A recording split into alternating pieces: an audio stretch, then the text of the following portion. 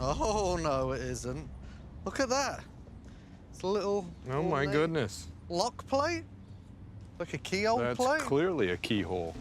I mean, we're looking for treasure chests. That clearly was an embossed keyhole. It's like the world's most complicated treasure map, one that has taken centuries and cost fortunes and lives to even begin to read. Every clue, from coconut fibers to a 90-foot stone, was just another piece of the puzzle. An hour ago, the final piece was slammed into place. The Oak Island team has uncovered something in the garden shaft that acts as a key, unlocking the entire mystery. The truth about who built the money pit, what they hid, and why they went to such incredible lengths is finally known. Today, they are continuing their search of the area surrounding property owned by Tom Nolan, son of the late Oak Island treasure hunter, Fred Nolan. The moment of truth. You see, the team's data was screaming at them. Water tests from the nearby garden shaft showed unthinkable concentrations of gold, not just dust, but evidence of a massive deposit nearby.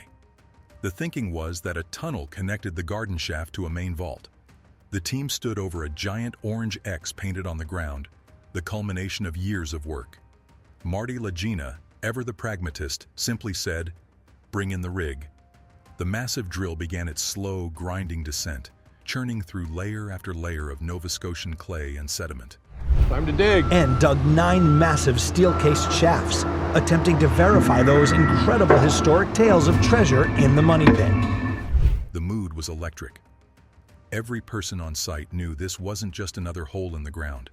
It was a shot at history. As the drill pushed past 80 feet, the tension was thick enough to cut with a knife. At 90 feet, a sudden violent screech echoed from the machinery. The operator, a seasoned driller named Mike, felt the rods lurch forward. They had broken through something. He pulled back and measured. The rods dropped 1.5 feet into open space, a void. Charles Barkhouse, the island's historian, immediately got on the phone with Rick and Marty Lagina. A void in the baby blob, at this precise depth, was more than a coincidence. It was a confirmation. This lined up perfectly with data from 2 other boreholes, suggesting they had just hit the roof of the very tunnel they had been hunting. What many overlooked in that moment of excitement was the sheer engineering this implied. A stable, man-made tunnel existing for centuries at 95 feet below the surface, strong enough to withstand the immense pressure of the earth and water above it. This wasn't some crude pirate hideout. This was the work of master builders. Marty's command was simple and clear. Get me some core. The team needed to see what was inside this void. Minutes felt like hours as the drill lowered a coring tube into the darkness. When they pulled it up, everyone held their breath.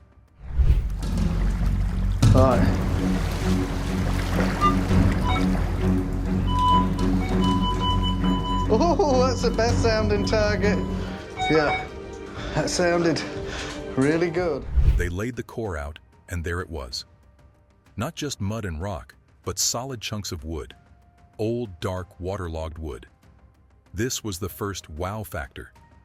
Wood from this depth, perfectly preserved, suggested a sealed, engineered structure. A geologist immediately bagged a sample, but it was the next core sample, pulled from 97 feet, that changed everything. As they sliced it open, they saw not just wood, but something else embedded within the clay and sediment.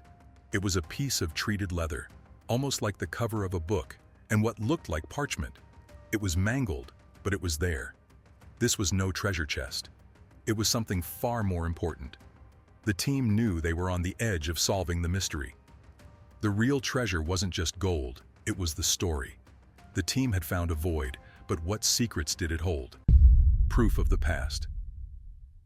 Back at the Oak Island Interpretive Center, the atmosphere was more like a hospital waiting room than a scientific lab. The team gathered in a tight, silent circle as archaeometallurgist Emma Culligan prepared the samples.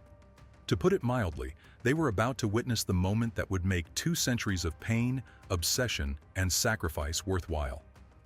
The wood sample, dark and heavy with ancient water, was extraordinary on its own.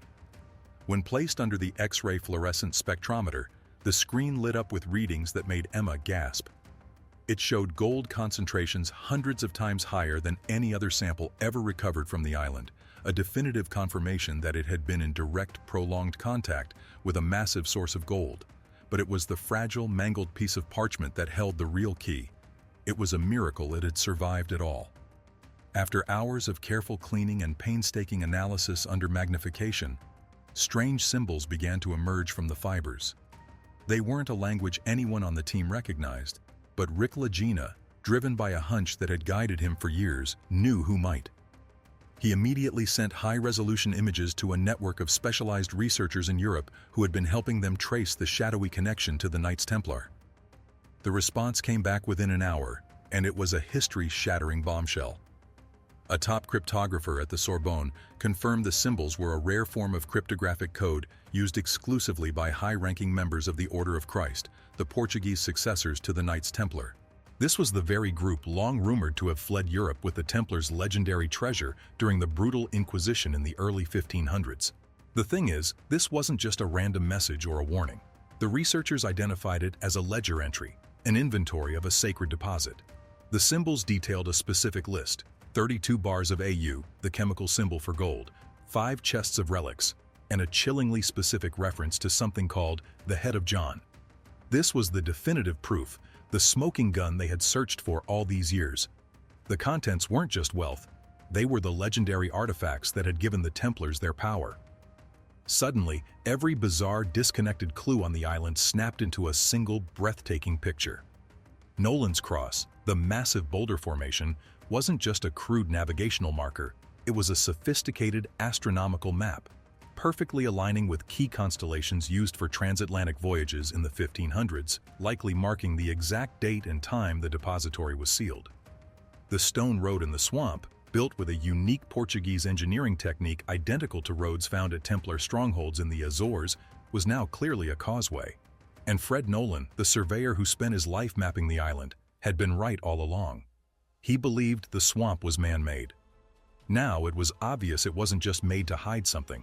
The swamp was the hiding place, a massive water-filled capstone covering a huge structure, possibly even a submerged dry dock for the very ship that carried the treasure.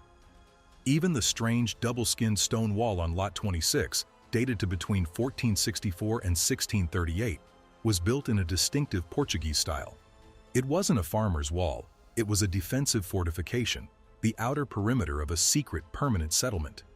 What many overlooked was that the treasure wasn't just dumped on Oak Island for a quick getaway, this was the establishment of a new hidden headquarters. The wells on opposite ends of the island, built with the same unique non-local stones, weren't for a small group of depositors, they were for a community, a colony of guardians. With this new knowledge, the purpose of the money pit became terrifyingly clear. It wasn't a vault in the traditional sense. It was a brilliantly designed decoy and a deep earth depository built with almost alien technology. The flood tunnels weren't just a booby trap to stop thieves, they were a self-regulating hydraulic preservation system, using the immense pressure of the Atlantic tides to keep the main chamber at a stable temperature and humidity, protecting the priceless ancient relics within. The gold, the 32 bars listed on the ledger, was just the seed money, the operational fund to finance the entire secret operation and establish a new base of power in the New World. This was no pirate treasure. This was the hidden archive of the most powerful and secretive order in history, containing relics that could rewrite religion and civilization as we know it. The hunt was finally over. They had solved the who and what, but could they get to it? Oak Island unmasked. So, the mystery is solved. But what does that really mean? Many people watching this are probably thinking, if it's solved, where's the treasure? And that's the million-dollar question, isn't it? The thing is, solving the mystery and recovering the treasure are two entirely different beasts. The monumental breakthrough of finding the Templar ledger in that 97-foot deep void has finally answered the great haunting questions of Oak Island. We now know for certain it was the Order of Christ, the Portuguese successors to the Knights Templar, who sailed here in the 1500s. We know they brought a vast fortune in gold, but more importantly, priceless religious relics of world-shattering significance. And we now know the money pit is not just a hole, it's a masterfully engineered, deep earth depository. But not all things are what they seem. The team hasn't actually reached the main vault yet. That void was likely an antechamber, a deliberately placed buffer zone designed to mislead and frustrate. The real prize, according to analysis of the seismic data cross-referenced with the ledger's cryptic clues, lies even deeper, probably between 150 and 180 feet. The ledger is the key that unlocks the history, but the physical locks on the vault remain. The team now has to reevaluate their entire approach.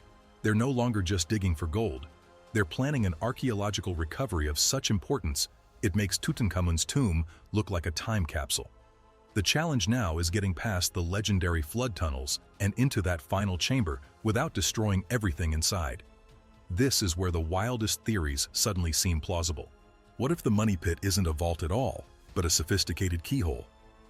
Some geologists have long argued that Oak Island is a geological anomaly, a salt dome riddled with natural caverns.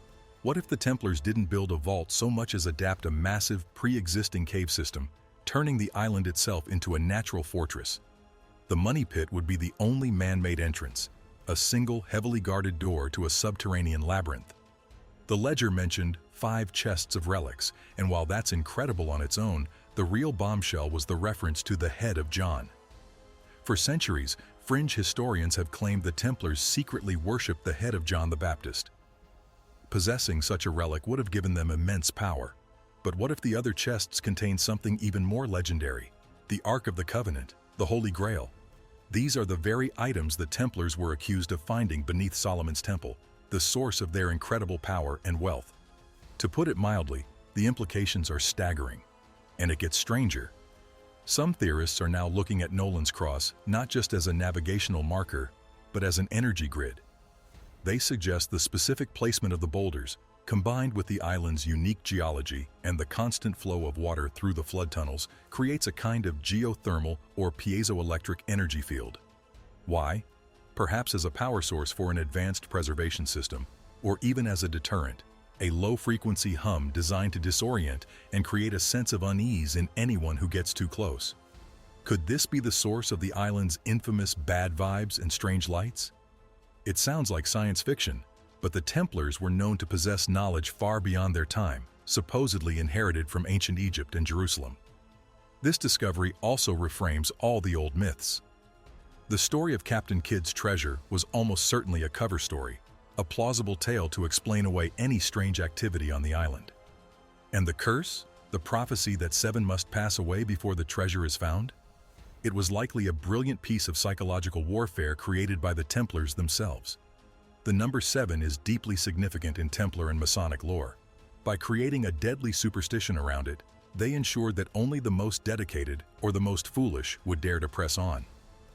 It's even possible the curse isn't supernatural at all. What if it's a series of undiscovered, highly advanced booby traps? Pressure plates, chemical agents, or acoustic devices designed to cause cave-ins, which have been tragically mistaken for accidents over the centuries. So, are we missing a key detail? Is it possible this all happened overnight? Absolutely not. This overnight solution was built on the foundation of 2 centuries of failure. It's the culmination of every life lost, every dollar spent, and every heart broken on that island. The first diggers in 1795, the Restall family, Robert Dunfield, and Dan Blankenship, they all contributed pieces to the puzzle. But it was the Legina brothers' modern technology, the advanced sonar that mapped the underground, the water analysis that sniffed out the gold, and the heavy machinery that could finally punch through to the target zone that allowed them to put those final pieces together. They now possess the ultimate treasure map, not a drawing on a piece of paper, but the actual verified inventory of what's waiting in the dark. The hunt for the Oak Island treasure is over. The recovery has just begun. The mystery is solved, but a new chapter has just begun. Will recovering these sacred relics rewrite history, or will they be a treasure that man was never meant to find? Don't forget to like and subscribe for more answers to history's greatest mysteries.